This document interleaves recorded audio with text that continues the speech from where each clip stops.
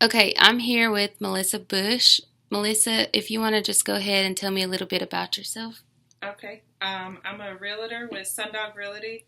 I started with this company in 2009.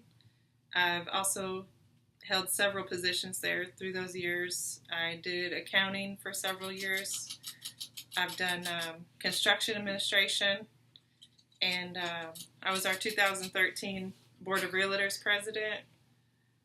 I also hold a full time job in a marketing position for another company, so real estate has now become my secondary job.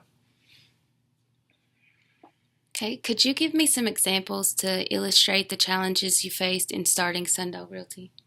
Yeah, we started out as a very small company. There was two of us that were the original brokers, and we had to build the company from the ground up, build our clientele, earn everybody's trust in the community, and we did that also by pairing with Sundog Club, who did home building, and we've been able to establish a very large company through the years. When problems arise, how does your management team or how do you resolve them? We try to use our different backgrounds and expertise to work together to come up with the best solution. In real estate, a lot of times you come up with or face different problems. Sometimes you don't expect what you're going to see. So we use our different backgrounds to work together to try to come up with the best answer for that situation, whether it be each other, our broker in charge, or even calling the real estate commission to get the appropriate legal answer on how to handle a situation. How have the experiences that you have had during your entire career influenced the way you would run your own company? I think that just having a background in all of these different aspects of real estate, from in the very beginning working for an attorney doing the legal side of it to starting a company from scratch,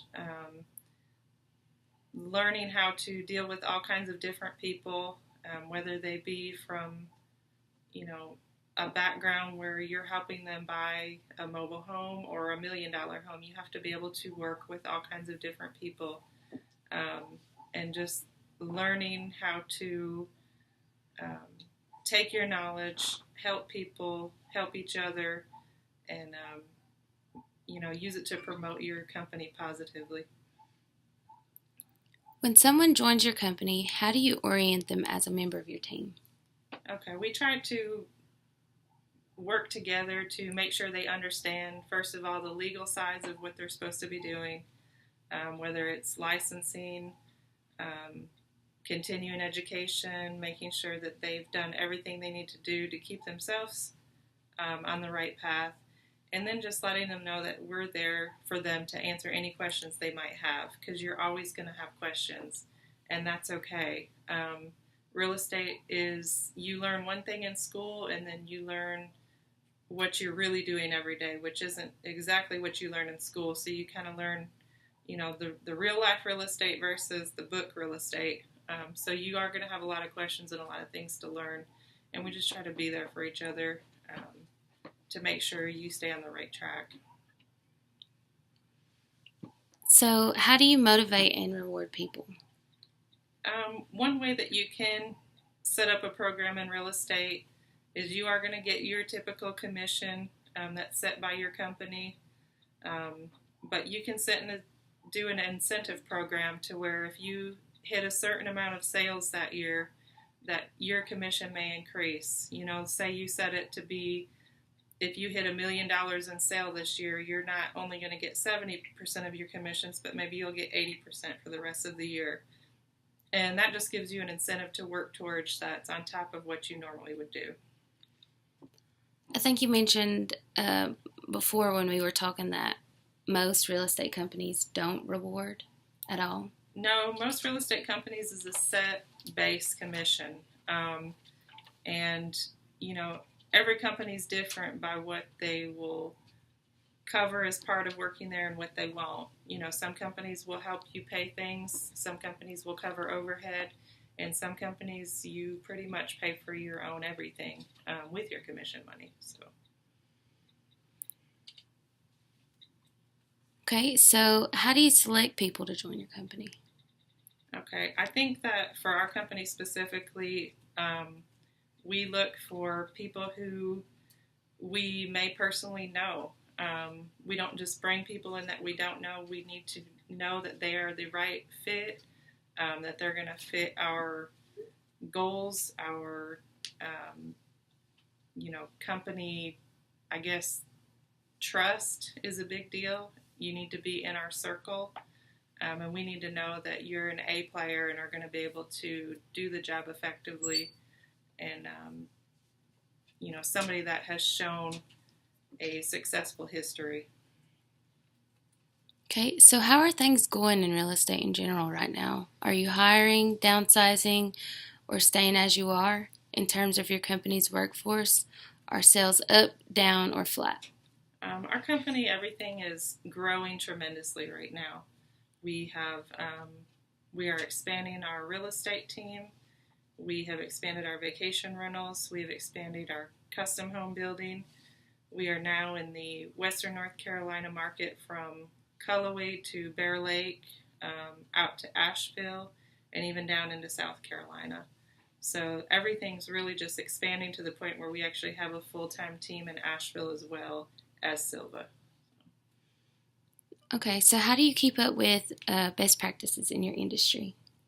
We try to make sure, first of all, that you take all of your continuing education classes because they will keep you updated with matters that are important at that time or that year, or maybe that the commission wants us to focus on. And doing that is going to help you a lot. Just reading all of your emails from the commission, from the Board of Realtors, from your own MLS people.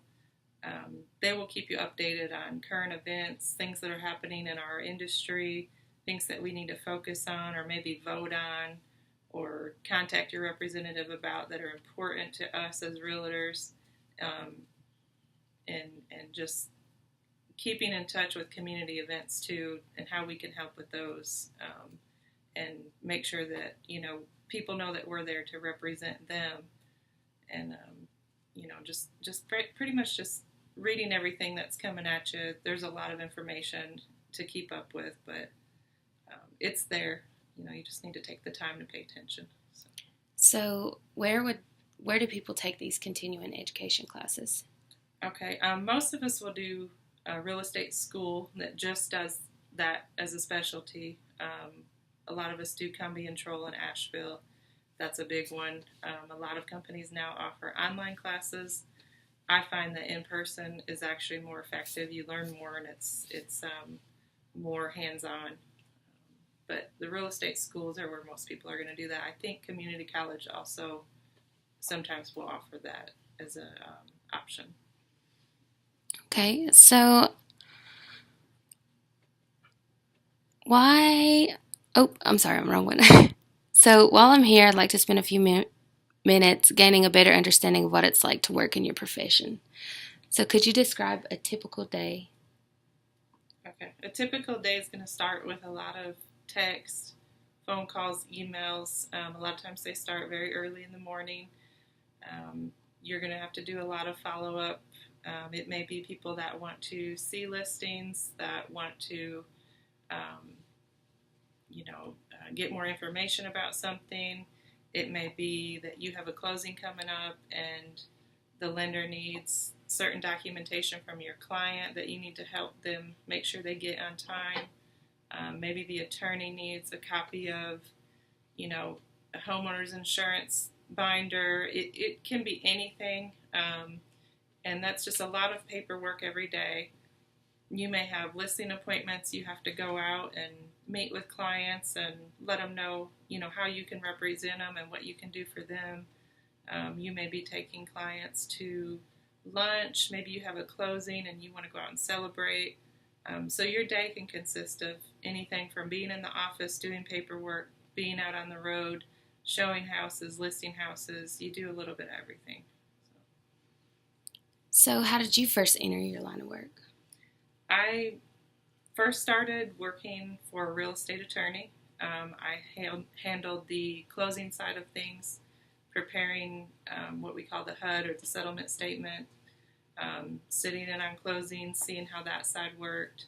And I got to see people who were being represented in a very good way, and then people whose representation lacked a little bit. And that kind of motivated me to say, hey, I can do this job. I can do a good job at this.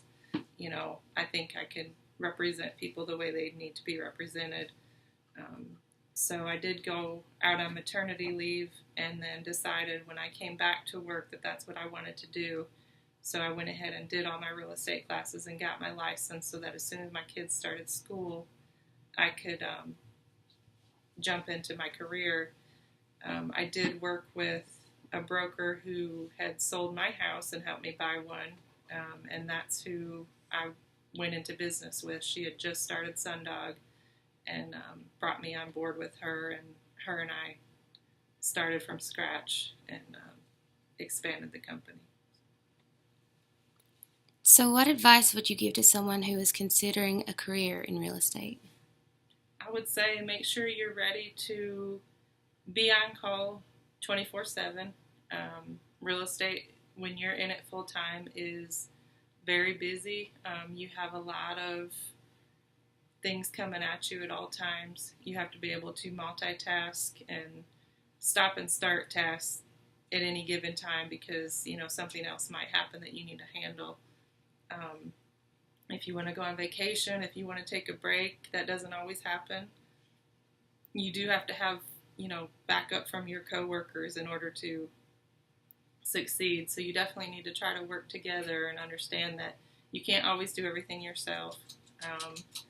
And having an office assistant this year has helped us out a lot because we can't be 20 places at once, and sometimes that's what you need to do. So just be prepared to go full time, be there, in a lot of different ways that people are going to need you, and be able to multitask and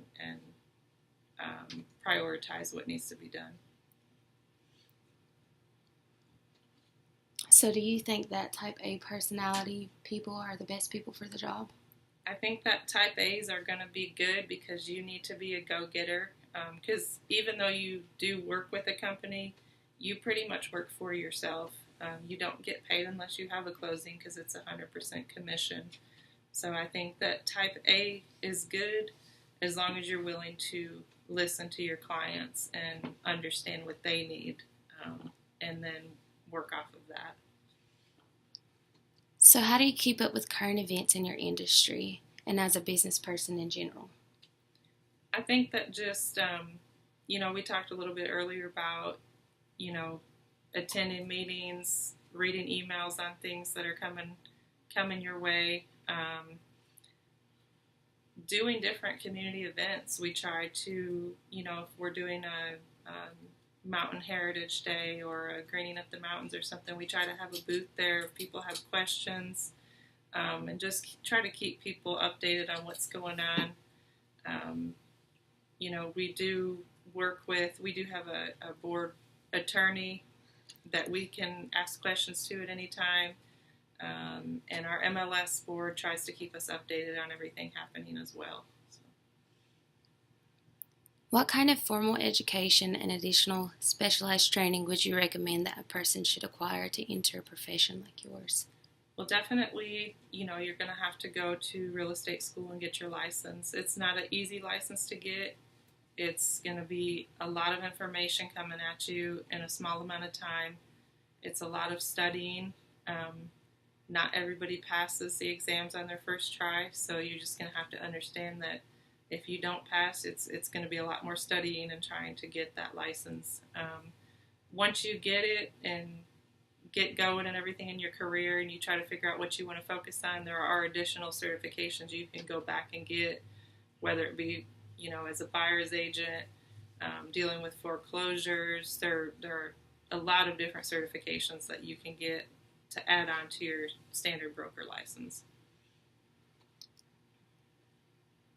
So, what do you think your biggest mistake has been thus far that's also been your biggest lesson learned?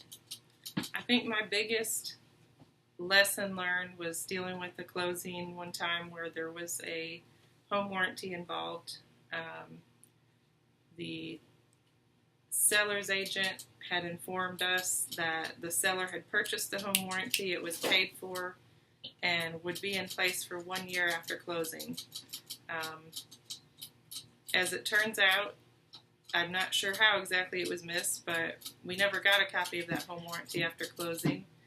And 2 months after closing, the heat pump went out on my buyer's home. So when we called to check on the home warranty, it turns out that the lady never paid for it, and the broker was incorrect when she told us that.